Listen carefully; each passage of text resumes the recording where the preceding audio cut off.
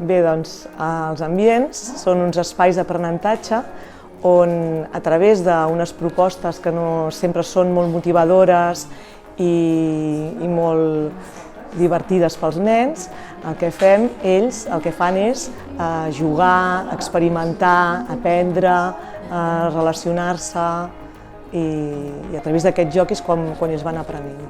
Bueno, doncs els dimarts i els dijous és la tarda d'ambients, aleshores ells venen a les classes, que els hi toca l'ambient que han degut triar i bueno, és la seva estoneta de gaudir, d'experimentar, de manipular, de crear ells mateixos la vivència que ells volen veure en aquell moment, de fer i que en aquell moment estan pensant. Pot ser que la roda de 4 o 5 sessions que hagin fet tornin a passar pel mateix ambient i es trobin amb un altre tipus de material, però que tornen a experimentar una altra vegada la mateixa vivència que havien tingut fins ara. El per què nosaltres vam voler dur a terme aquesta metodologia tan innovadora dels ambients, doncs bé, la veritat és que hi ha molts motius pels quals ens vam considerar dur-la a terme. Alguns d'ells, per exemple, un important és que el nen és el centre del seu propi aprenentatge. Què vol dir això? Que el mestre passa a tenir un paper, que té un paper de transmissor dels coneixements, passa a tenir un paper més de regular i dissenyar aquestes situacions d'aprenentatge.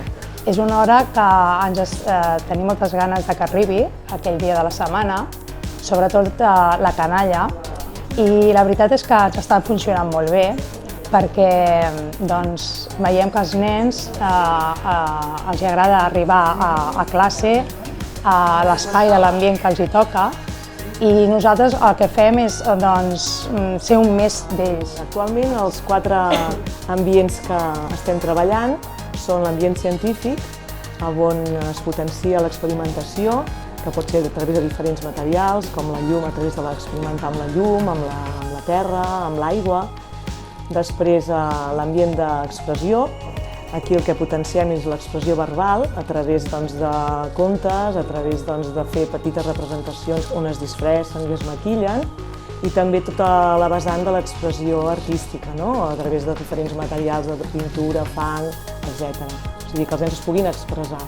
El bo d'aquesta tarda d'ambients és que compartim l'experiència amb nens de P3, P4 i P5, diferents edats que s'enriqueixen uns als altres. Després hi ha l'ambient de pensar i jugar. Aquí el que treballem són aspectes més de caire matemàtic, com poden ser els números, el càlcul mental, la geometria, etc.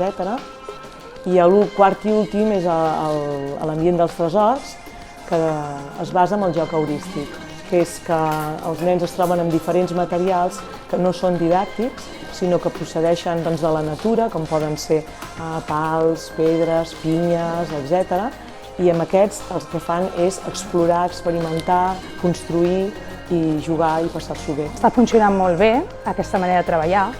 Sobretot jo us ho puc dir perquè porto molts anys treballant en aquesta escola i he passat per moltes metodologies i m'està agradant moltíssim aquesta.